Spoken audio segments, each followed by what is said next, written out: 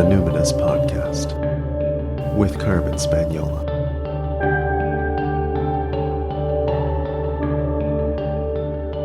Hi there, and welcome to the Numinous Podcast, where we have interesting conversations with everyday folks about the mystery of life.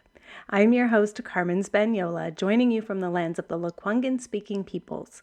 Those are the Songhees and the Esquimalt First Nations, colonially known as Victoria, BC, Canada. This is part 4 of my 7-episode mini-series on planetary magic and propitiation. We began on a Sunday with Eliza Robertson talking about the sun. On Monday, we heard from Bronwyn Simons about moon magic. On Tuesday, I shared about my personal astromagical practice and how I relate with the planet Mars. And today, Wednesday, I'm speaking with Thea Anderson about Wednesday's ruling planet, our old pal, Mercury. Thea is a writer and astrologer and is the production manager the director of production, I should say, of the Chani app. She works very closely with our previous guest, Eliza, to make sure that all of the content for the app gets out on time and at the right time. So it's a very mercurial type of job. And I just want you to know right out of the gate, if you're listening to this episode and you're asking yourself, I wonder if she does readings for people.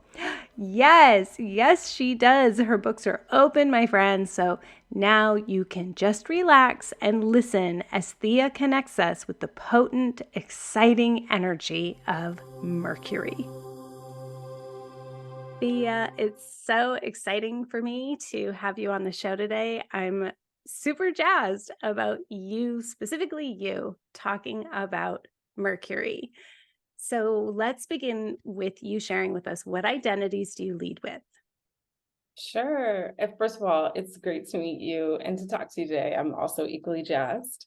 My name is Thea Anderson, and as far as identities, I identify as a Black woman, and I am a mom. I'm a daughter, I'm a sister, I'm a partner, I'm an astrologer and a writer. And I think if I were to bridge astrology and writer together, it would be sort of interpreter or decoder, someone who is taking some source material from the universe and using tools to translate it to other folks. And yeah, those are my identities. Decoder is such a perfect and alluring, this is great for today, for Mercury. So you're going to help us decode Mercury. And for all those listeners who are, like me, you're an armchair astrology enthusiast. You probably have heard of Mercury retrograde. It probably strikes some fear in your heart, but there's just so much more to Mercury than that. And I'm just wanting to let people know, yes, we're going to get to that. But first and foremost, how about you tell us what Mercury represents in astrology and what Mercury rules or is related to? Okay. So Mercury represents, I'll say Mercury's got a lot. So this is why it's entering through the a lotness, because it's the messenger of the gods and in mythology, in Greco-Roman mythology. And in astrology, it is the planet that we look to for communication, translation, getting from point A to point B, so like journeys. And then if you think about what other kind of journeys we take that are non-physical, it would be like divination or omen watching, right? Taking something and translating it, so it can be translation. It's arts and letters, it's grammar, it's merchants, it's thieves, it's banking, it's commerce, it's learning, so students, siblings, and so Mercury signifies, I think that's what I was like, represents, signifies. I like signifies because it's got an active component to it, kind of shoots it out at you. All of those things I just said, but also so much more. And I think as soon as I try to talk about any of the planets, I'd be like, I have no words. which I think is a really good place to start. Like, I have no words. I just have a feeling, and then like enter through that and be like, yes, these are all the written down significations. And you hinted at Mercury retrograde. Mercury has this as a planet that is neither malefic nor benefic. So it's really impacted by its phase, its cycle, whether it's retrograde, direct, stationed, whether it's combust the sun, whether it's aspecting a malefic and sort of, got some tricks up its sleeves, or aspecting a benefic and wants to give you like, hey, you got into your dream school, like those kinds of things. Like, that's Mercury. Mercury's going to take something and bring it to you. It's like the news station desk of the cosmos. And it's chatty. It wants to talk. It wants to figure out what you think. It may ask more questions than it wants to answer, right? Because it's got that, it is curiosity for curious sake. It's speech, it's spells, it's spell casting, it's magical operations, right? This idea of needing to order your environment. Mercury will take, the sort of physical materia and try to get a divine message from it or communicate back upwards. So I think those are good places to start. Yeah, I mean, makes Mercury sound kind of like, if not like everything, it makes it sound like at least Mercury has its fingers in everything, or Yes. is like, it's like kind of like has this maybe not social, but like this butterfly quality, or this like a bee that's going and pollinating things and like might sting you, but also generally is just like making stuff happen, Yeah. So, okay, so you talked about how it's neither malefic nor benefic, and very often Mercury is connected with that kind of shapeshiftery, sometimes trickstery, kind of gender fluid-y kind of quality, non-binary kind of qualities. So can you talk a little bit more about Mercury and that non-duality?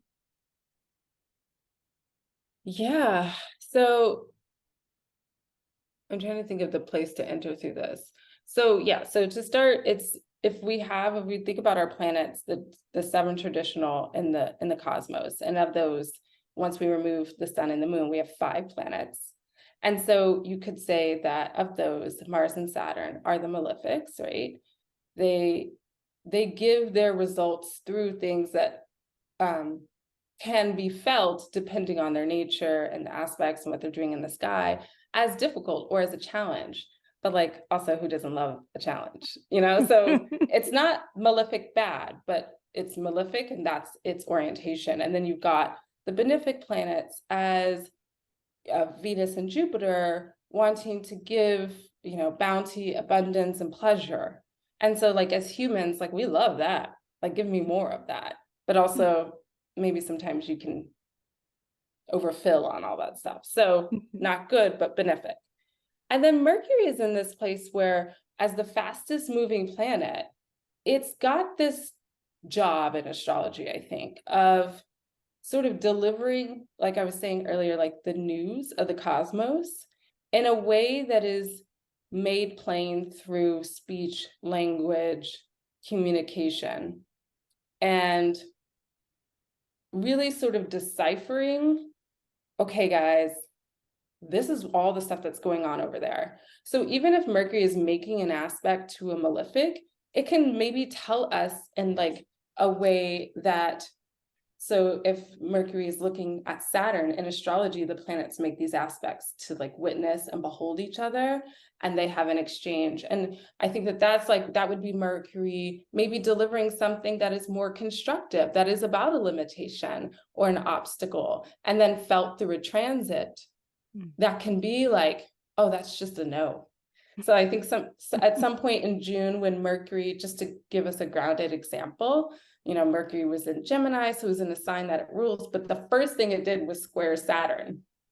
So I felt at that part of June like, oh, Mercury is got all of its resources that's at home in Gemini to like discuss and chit chat and ask questions and stir up but then Saturn's looking at it like, you may need to edit that. You may need to take a step back. And so I think as Mercury is sort of as that in between, as neither, when we say neither diurnal or nocturnal, neither malefic nor benefic. Well, it's I mean, like its planetary essence. There's a layer of astrological interpretation in terms of sect where, depending on its phase in relationship to the sun, it can present, for example, as a morning star, it is sort of more outgoing and risk-taking and maybe a little bit more chickstery, certainly more youthful, more like a kid. Okay. And then you have Mercury as an evening star, which is much more hermit-like and like in its office, just researching and sort of responding to everything, all the knowledge that comes its way. So because, and both of the signs that Mercury rules, both Gemini and Virgo, are also double-bodied signs. So there's so much duality at play that they're both mutable signs. So they're both changeable. They both are going maybe this way and that way. Gemini certainly is, and Virgo is just like, I'm going to kind of do that, but maybe be helpful at the same time. Maybe try to use this for like a higher good. And so, yeah, so Mercury's got that sort of very interesting, like before we started recording, we were talking about like ambivalence. I think of Mercury because it can be either or. Sometimes it does have that ambivalence, that sort of, maybe, you know, I will play trickster on you, haha, but like, don't take it so seriously, like maybe lighten up. Right. So what is your personal relationship with Mercury like? Like maybe you could talk specifics in terms of like your chart signature, but like also how do you feel? How do you be in relationship with this planet? Yeah, I think I feel so fortunate I call myself a child of Mercury because Mercury is my chart ruler. And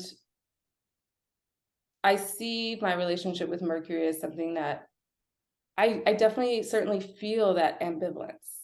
Like I feel I'm neither benefic or malefic, but I kind of want to see what you can do. There are some parts of Mercury that it has the likes of contest. The Mercury in my chart is speaking to Saturn. So it is speaking about like overcoming an obstacle before I can even like finish out this, like, say, for instance, long essay thing I'm trying to do. I usually find myself kind of starting out with like a lot of that sort of mercurial, oh my God, that would be so much fun if we did this project. And then I open the box and it's like a Saturnian thing and I realize it's going to take me like a year to do. And I'm like, oh, okay, that's fine. And so like with my Mercury, because of it's my chart ruler, I realize that when I start out doing anything, and the things that I do are like to give readings, to decipher, to decode, to research.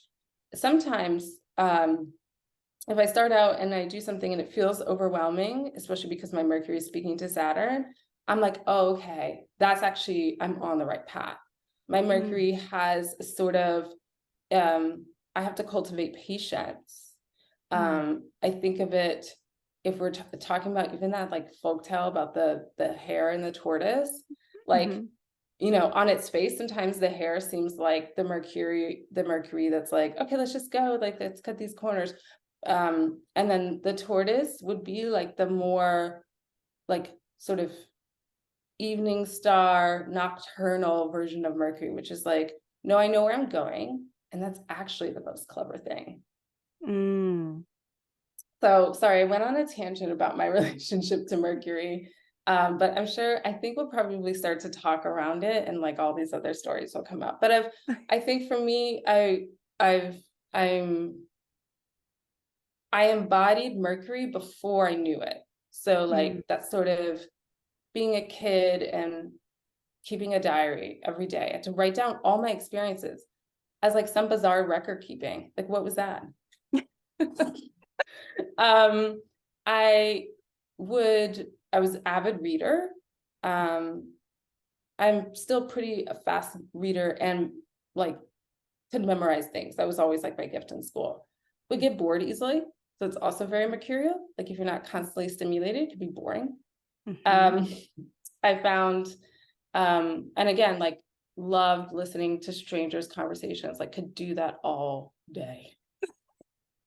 And so I feel like I've always kind of embodied that Mercury. And it's at times, I think it shows up in my practice as, an AstroMagic person, an astromagician, a writer, somebody who practices planetary magic is like, the way it shows up most profoundly is like, I never take anybody's word at face value. I always have to test it. And then I always have to write down how it went. Because I like to F around and find out. Right. So that's Mercury. And so you're not just like doing AstroMagic, but you're like keeping good records of it. That does sound like very occult. That's like very like, yeah.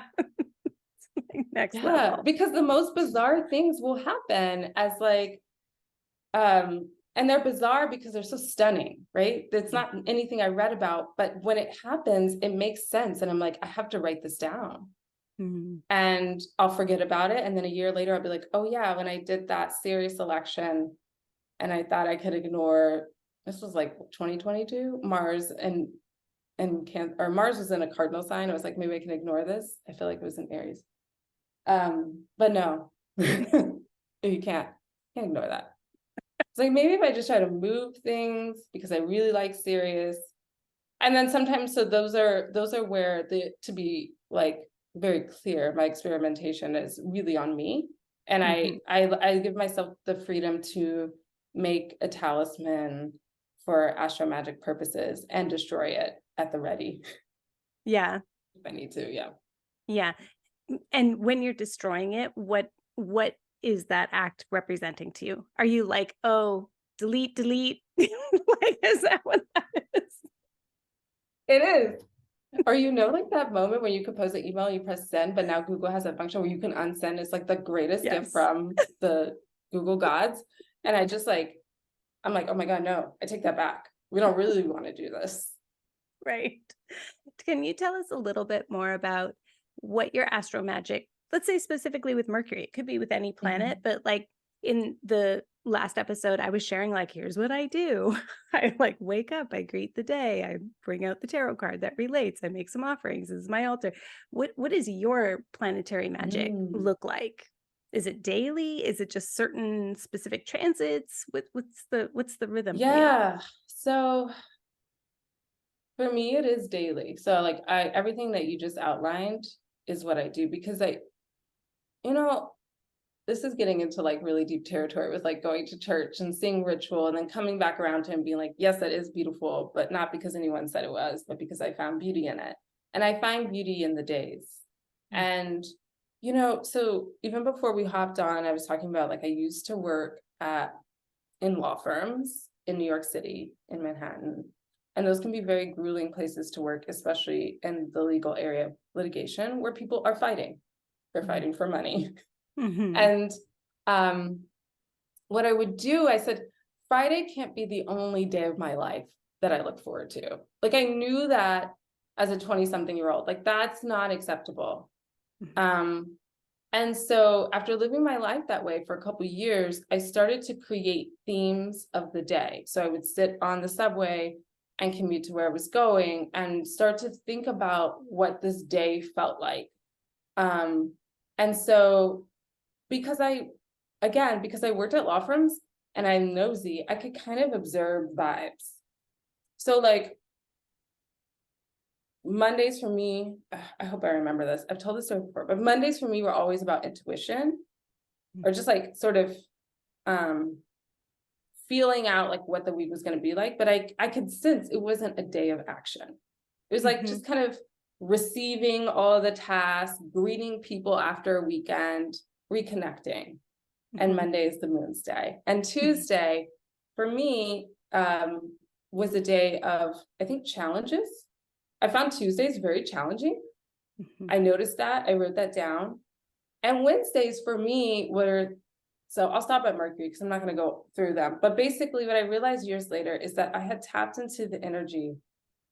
This is, thank you, planets, because Yeah. they were with me. Wednesdays for me were success. And I think as a Mercury ruled person, I always, and who's dealing in a mercurial realm, that I had tapped into the energy, like there can be success here.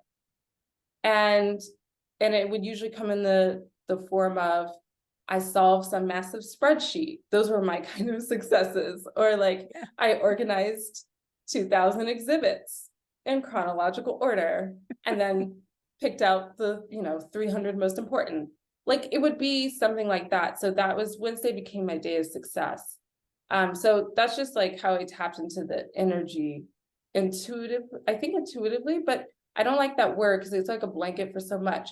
It was just like listening and paying attention.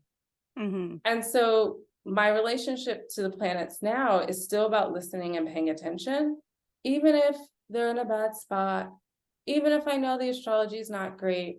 I really try to enter the space of waking up and greeting, like you're saying, like Mm-hmm. greeting the planets and just anchoring. So there's usually a moment where I will go, my altar's there's a mirror, there's candles, there's, I'm like with my tarot deck. I have something that I burn because I'm a very like sense, or really like they anchor me to a moment.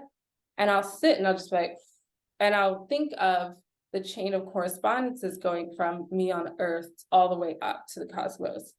And it really like is something that I can feel, and I feel so grateful for it because it got me through so many difficult times in my life. And so now I just feel blessed that I entered into a practice where I could name it, where I could learn it, and where I could enter with some level of knowledge on how to speak to them. So I'll do the planetary prayer. I always also write every day. That flips usually in the morning. Sometimes I'll try to do it first thing while I'm still in bed. Like I'll keep my journal and try to write down my dream.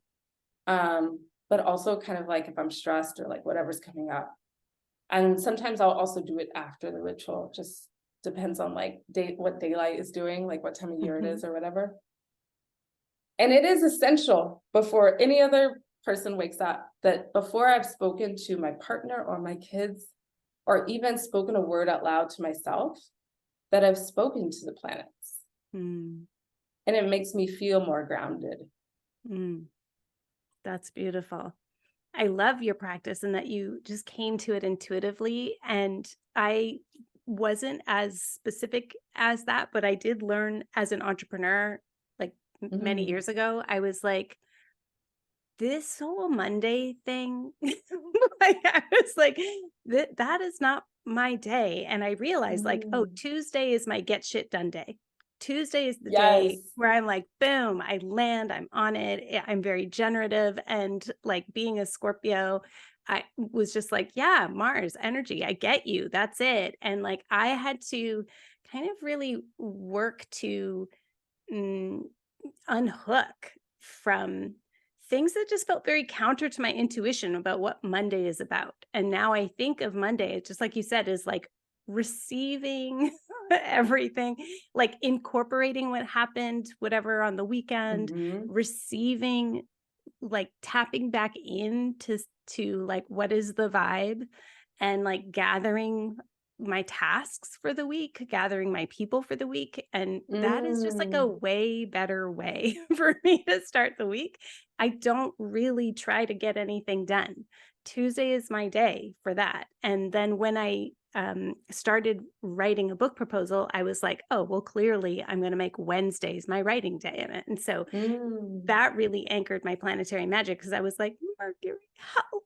Like I was really just like, I need you to help me. And that kind of became the day that was the most almost like formal in its ritual, because I just really wanted to express like, hey, I want to work with you. You're dynamic. You're so much, there's so much happening, but like Mercury, I need that quickness, that clarity, and like a confidence with my words that I knew Mercury just had it. Just it has the like, there's no kind of self-doubt there for me. That's not an energy I relate to Mercury with. It's like, hey, we're just gonna try some shit. And like, yeah, Just you try can some go back shit. and edit. Let's do it. Let's, and so I was not ever afraid of like Mercury retrogrades. I love editing. I love going back over my work. I love going back over stuff. I think that's great. Yes. So that all like really works for me. I really do. I think other listeners too will want to know, when you were younger, you're in your 20s, you're working on Wall Street, you're getting the sense on the subway of like, what is this day? What are the vibes I'm getting from this day? Please do tell us about Thursday through Sunday. Thursdays were growth. I literally wrote Mm. this down. I have journal. It's crazy. Thursdays were growth. I could always feel that in expansion. Again, this is before I knew Thursdays were ruled by Jupiter, the planet of growth. It's crazy. Yeah, I also amazing. do have my moon and Jupiter in the 6th house of work. So maybe it was just speaking very loudly to me. Right. Like, this is where you work. This is growth. And Fridays were like something cute. There was something cute. We'd always have fun on Fridays. Like, okay, like we're gonna try to leave early. We're turning some music on. So there was like a level of like sociability that I really did pick up on. And Saturdays, I had a hard time. I had to revisit this one. Saturdays, I put leisure, and Sundays, I put fun. So we can get to this, the sun is Sunday. That's fun. That makes a lot of sense. It's like, got you. Brunch, sports, whatever the things that happen on Sunday. But Saturn, I was like, well, Saturn, how does that rule leisure? And I think for me, my Saturn, at least how it shows up for me, is my Saturn is just like, sometimes I would approach a Saturday with, because I became a mom when I was 25. So when I say my 20s, they got cut in half. So I was like, okay, Saturdays is my laundry day, my grocery store day. And there would be entire Saturdays where I literally did not sit in a chair. I was just everywhere. And I feel like my Saturnian spirit, I have Saturn in Scorpio in the 3rd house. It's just like, do less, bitch. So like, please stop, do less. Because I would reach a point where I would just have burnout. So even I would be like, no, I have all these things I have to do. My Saturn is always asking me to just sort of do less, just be here. And there's, again, other significations with my Saturn placement. So I think of leisure as sort of a whittling down of all the obligations and to-do lists and just being like, I can just sit. Saturn, I think, does like stillness and silence. So just learn to approach, now I approach Saturdays with those in mind. Although I do love going to a good farmer's market. Yeah. Well, hey, Lord of the Harvest. We can parlay that into yes, something. that's how I connected it as well. It's like just sickle all day. That's right, all day long. So are there special propitiations? Are there like special things that you do for Mercury at different times? And maybe this will like lead us into retrogrades, like how you work with that. But are there particular moments where you're like, ooh, I would be remiss if I didn't do something extra special for Mercury right now? Yeah, well, okay. So first of all, I loved when you were talking about writing your book and how you would approach Wednesdays with like, this is my writing day. And I feel like even just starting there, you already have the planet's attention. You've spoken like Hermes or Mercury. You've reached out, you've made it like vocal. And then I think, so all of the planets like that. And then, but I think once you start doing the thing on Earth as, like an embodied human, that's under their list of significations, under their domain. So like writing or studying or whatever, I think that does bring like joy to the planets to see that happen in reality, to sort of embody one of their significations. And so again, working with Wednesdays on Mercury's days, I like dawn, like I like the first hour, planetary hours can hit like, they come back around. But I like there's the morning, the afternoon, the night one, but like, I like the one that's like right away. So like a quick hack is you can just get a planetary hours app, or if it's dawn where you are and it's that day, then you have that planetary day and that planetary first hour, which are not 60-minute hours. Maybe you talked about this earlier, but they are 12 divisions of that planetary day. Okay, so, but with regard to, would I be remiss not to use Mercury? So usually what I'll start planning my year in advance, because I want to know when does Mercury get to the signs that it rules? So Gemini and Virgo. And so that's the first layer. And then trying to see if while in the signs, is it going to talk to a benefic or talk to malefic? So narrowing down, like, for instance, when Mercury gets to Virgo this year, it's a little tricky because like Mars is kind of there the whole time. And then of course it's got to it's like, oh, this guy. I know. We're not gonna get like our invited lovely him. right? So rude. So rude. But I'm actually, you know what? I was like, I'm embracing this. I think this is gonna be real editor shit. Like this is gonna be like cut away at what is not working, and we won't be afraid to toss it in the garbage. Especially because Saturn is Saturn will be in Pisces, so it's like Mercury will be in a whole sign aspect to Saturn in opposition. There's little stalemate energy in terms of achieving what you want. Anywho, to go back. So, but then aside from that, like I always want to work with Mercury more than just in the signs that it rules. So I'm looking at Kazimis when Mercury enters the heart of the sun. I'm looking at whether that's, so you can use that hack. So maybe we'll talk about the retrograde. So depending on the year, Mercury can either be retrograde either 3 or 4 times. So Mercury is always retrograding. As you said in the beginning, it is like nothing to fear. It's like, oh man, this is why I get so mad about the culture we live in. That's just like, oh no, you start something and you finish it, and it has to be successful, and it has to be proven that you did it, and it has to be perfect. And like in reality, I think what Mercury is, by nature of the fact that it retrogrades so much, is like, no, life is going back to the drawing board, discovering more, going back and revising, figuring out, oh no, we did make a mistake. And like, maybe just, like I said, like laughing about it and like owning up to it, pointing it out and seeing where that's actually some learning in there, right? Like being a student with Mercury, I think is also a really good way to sort of work with it. If Mercury is like stationing retrograde and opposite Neptune in the sign that it rules, like it has so many times, or, sort of dueling it out with Mars, I will still speak to Mercury, but I won't ask for anything. So I think just developing that relationship to all of the planets, but with Mercury, I'll be like, yeah, no, I'm here, but I'm not going to tug on the chain or like ring the doorbell with my little basket of asks, because Mercury will be like, here's like some tricks. Bye. Exactly.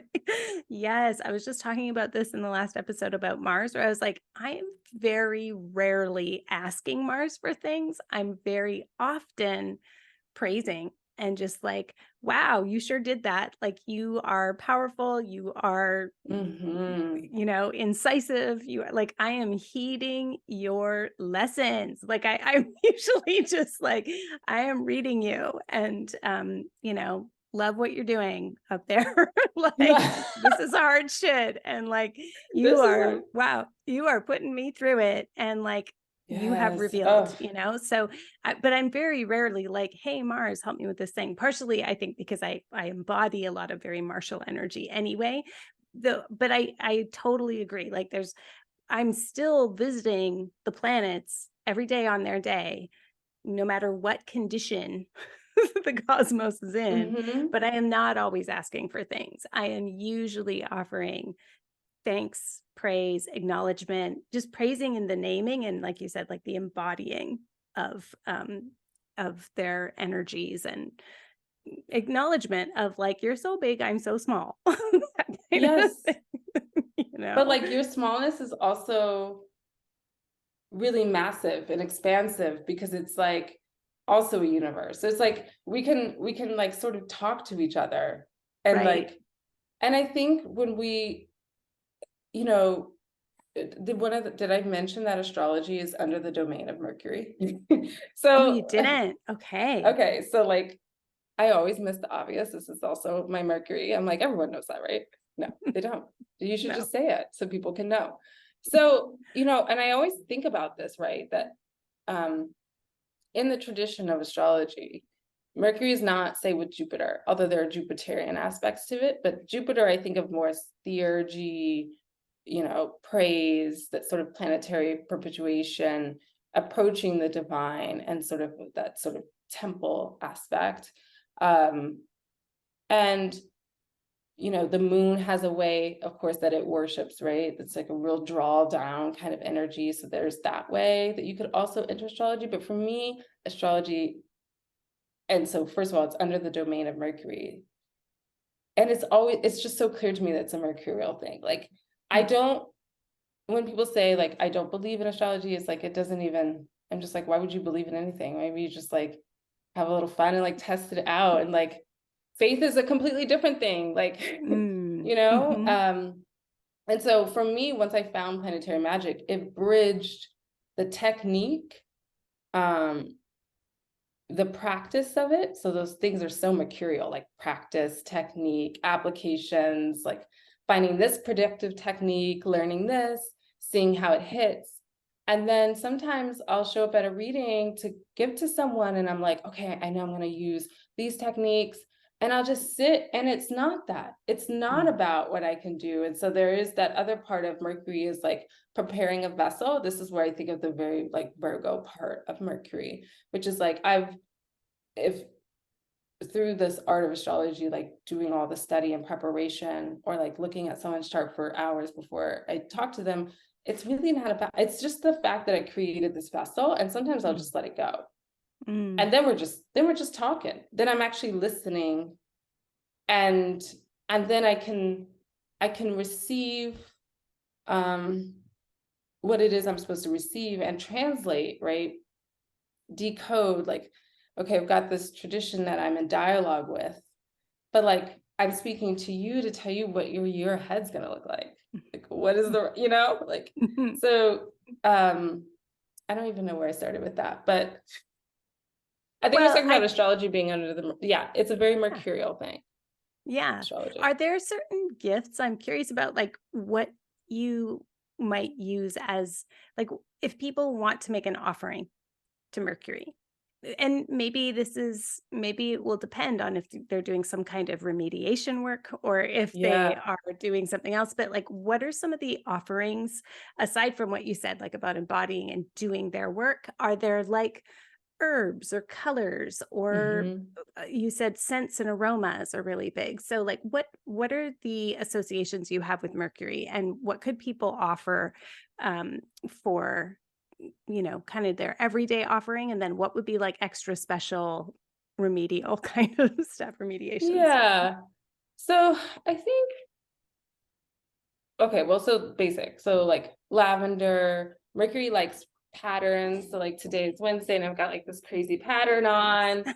or so, but this is with lavender. Oh my gosh, there's like a needle coming out. So my daughter knitted the, people can't see it because it's audio, but she knitted this like years ago lavender pouch, and it's got these complex patterns on it, and inside it's stuffed with lavender. So I always put this on my altar as something that required like precise, you know, Mercury rules the hands, right? And the fingers, the dexterity in particular. And so this is just something I like to, it has the lavender, so Mercury can be like, oh yes, that's my correspondence, but it's also got the added, like, it took complicated handwork. I mean, there's lists of correspondence in terms of herbs, like I'm really big on, I work with the Picatrix and Agrippa. So I like doing like the seals, the planetary number grids. I like doing the glyphs of the Mercury intelligence, and I like drawing it onto things. Frogs are like another symbol of Mercury. So like fun frog things that I find in a store, those would be like kind of like a little bit lesser known, I think, right? Like putting that on your altar. And yeah, I've made a couple things on paper that have to do with Mercury at auspicious times. And, you know, I know what they are. I keep them on my work desk. So in addition to my altar, like my work desk is also an altar. And so I'll also have those talismans on, like I have one here. I'm not going to show it to you, but it's got a frog's face on it. I got it from the Picatrix. And it's like here. So I think if you want to like work with all of those kind of like, even just, I mean, like to me, this is my personal feeling about planetary correspondence is like, if it reminds you of that planet, put it on your altar. Like if you got a special pen from your grandfather who was like a writer, put it on your altar. If you're really into like calendars and date books from Mercury, like put that shit on your altar. Like, and ask to like organize your schedule. Like that's kind of how I work. Yeah.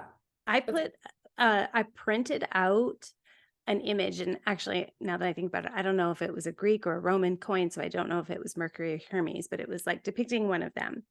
And I printed it out pretty big, just in black and white on my computer.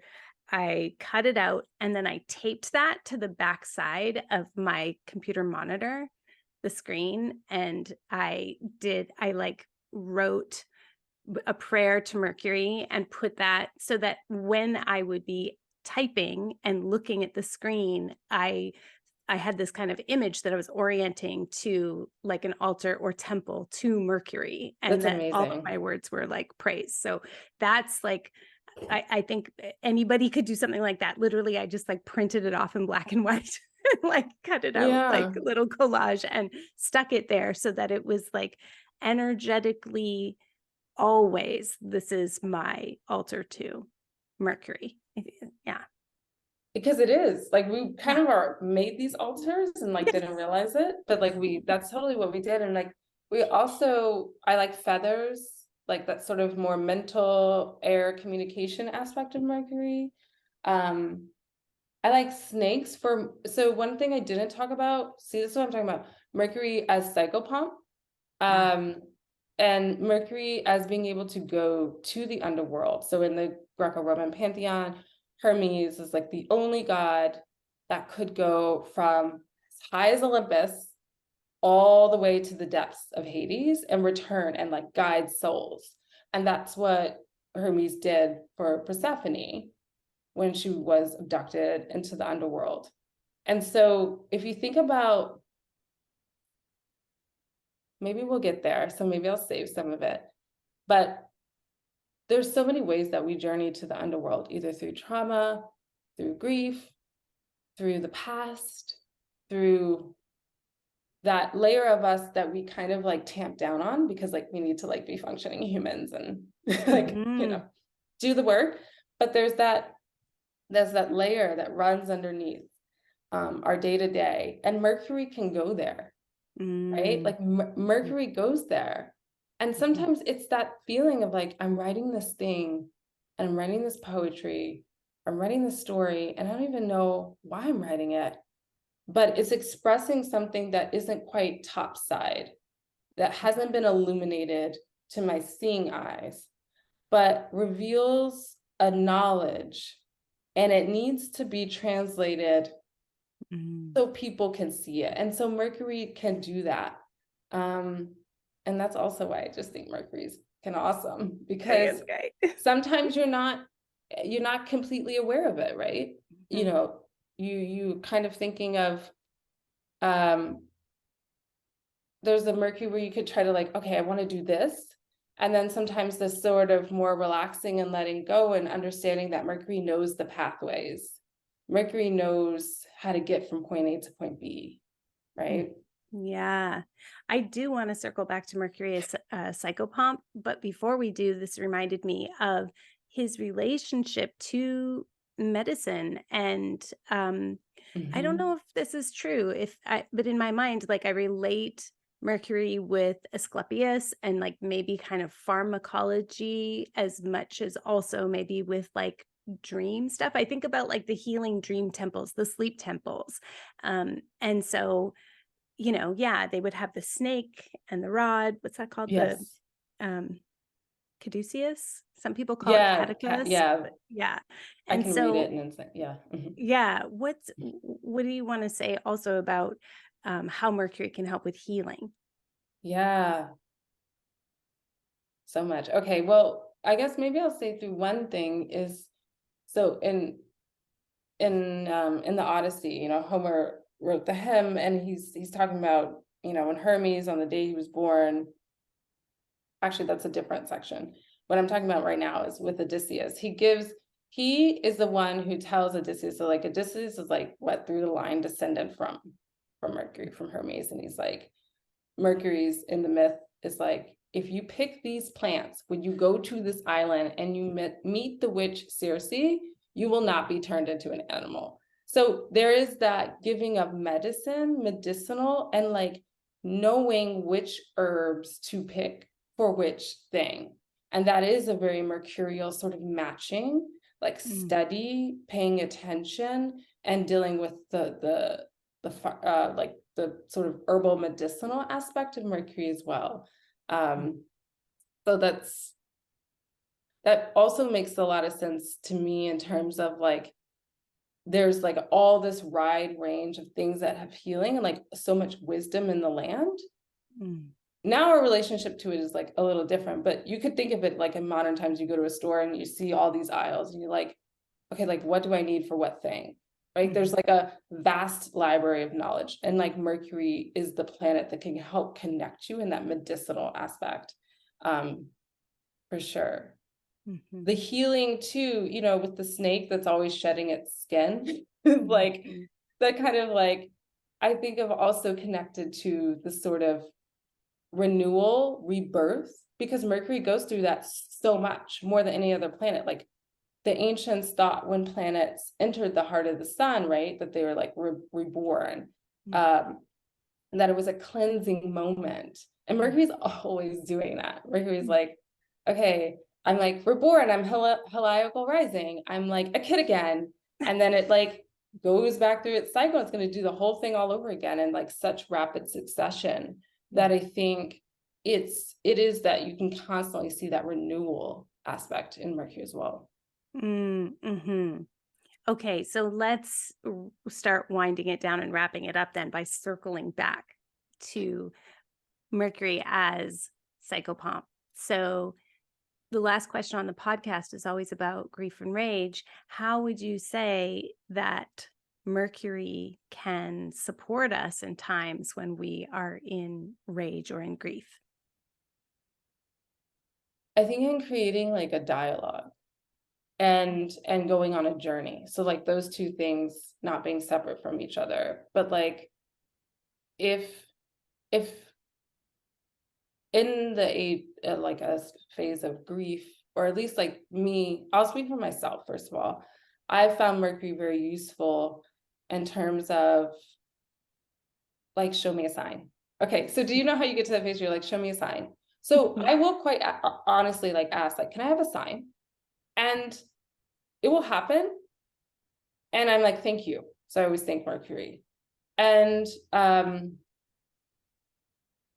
like let me figure out. So I think of, one of the people I've written about, historical figures, is Harriet Tubman, who was such a like titan, like a non like beyond human, just like the go-between, the person who knew the pathways, the person who like used tricks to their advantage, used disguises, like was a military spy for the Union Army, was well practiced in the art of divination and omens, and knew when to lie in wait and when to go and run.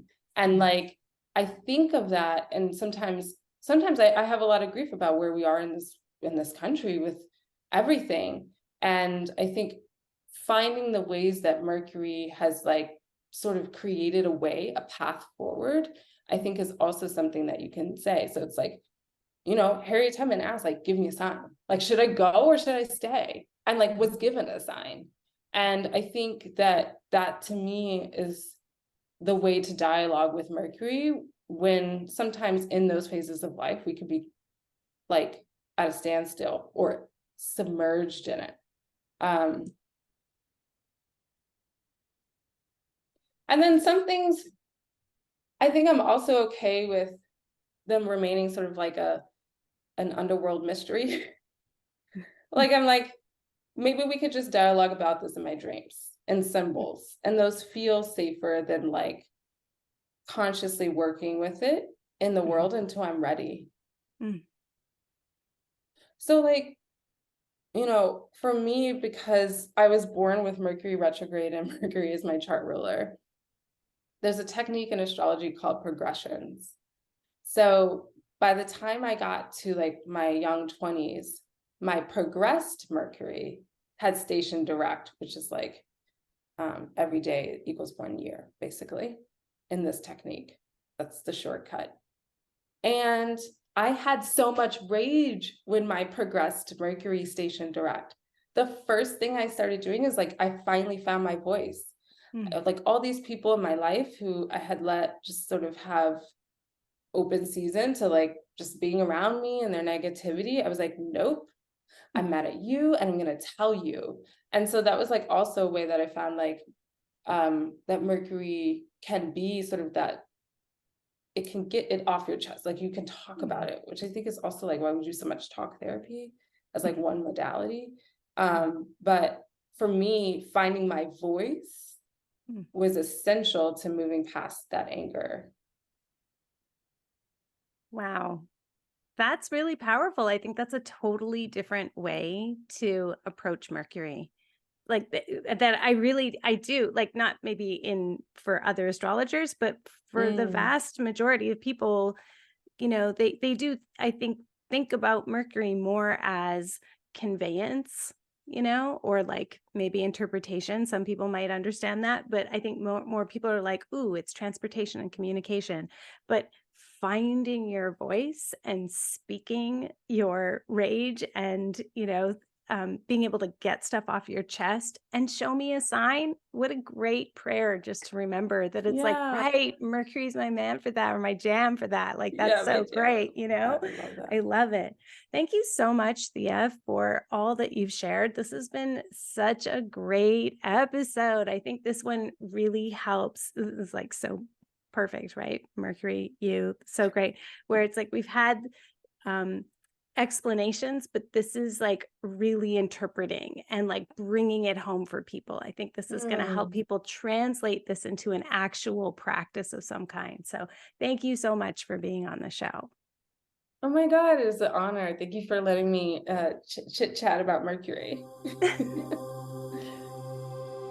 Okay, so for anyone who is feeling maybe ambivalent or nervous about Mercury before, I may feel better now, right? Doesn't Mercury just seem like so much more of an awesome person that you just want to like, yeah, I want Mercury in my crew. So very grateful to Thea for making Mercury feel so accessible. Do check out the show notes for today's episode, where I will definitely link to Thea's essay about Harriet Tubman as a magical mercurial figure. I'll also link to Thea's website, which is theanichelle.com, and also to her Instagram, which is Thea Astrology. And also, just what a delight of a human, right? I love meeting genuinely, truly delightful human beings. And I'm very grateful to connect with a teacher who can illuminate in such a great way. I'm very excited to keep following her work. And if you want help establishing a planetary magic practice that is just right for your specific chart, Thea offers consults for AstroMagic and remediation. So again, do check the show notes found at numinouspodcast.com. My listener shout out today is to Danielle G, who gave my book, The Spirited Kitchen, 5 stars on Goodreads. And I feel super proud of that because I really like her review. She says, "This book is visually stunning and deeply inspiring. I love that this book could be equally supportive for someone who is new to witchy seasonal living or someone like myself who has had a practice for decades. The way that Carmen integrates an anti-capitalist social justice lens into her work feels really authentic and refreshing. I haven't finished it yet because I'm savoring it slowly, but I already love this book and know I'll refer to it for many years to come." I mean, it's really beautiful to have such high regard from somebody who's an experienced practitioner as well. And thank you for seeing what I'm trying to do and how it is a bit different from what we've had for decades, right? So thank you, Danielle. I genuinely really appreciate that. My friends, ratings and reviews, they are so important. They help the right readers find the books that they want and need. They help boost the algorithm so that people who don't even know what they need stumble across the right book at the right time. They also indicate to my publisher that the world is hungry for work like this and that they should probably exercise their option to publish my second book. So if you like what you've read, please do, now's the time. Today's a perfect day. Literally today is a perfect day. Please do hop on over to Goodreads or Amazon and let the powers that be know that you want more like this. And thank you in advance for taking the time. I really, really do appreciate it. Okay, we've just passed halfway through our AstroMagic mini-series. I hope you'll tune in for the next episode to hear Meg Keane teach us about working with Jupiter's abundance on Thursdays. And then after that, Kristen Mathis will be here soon to connect us with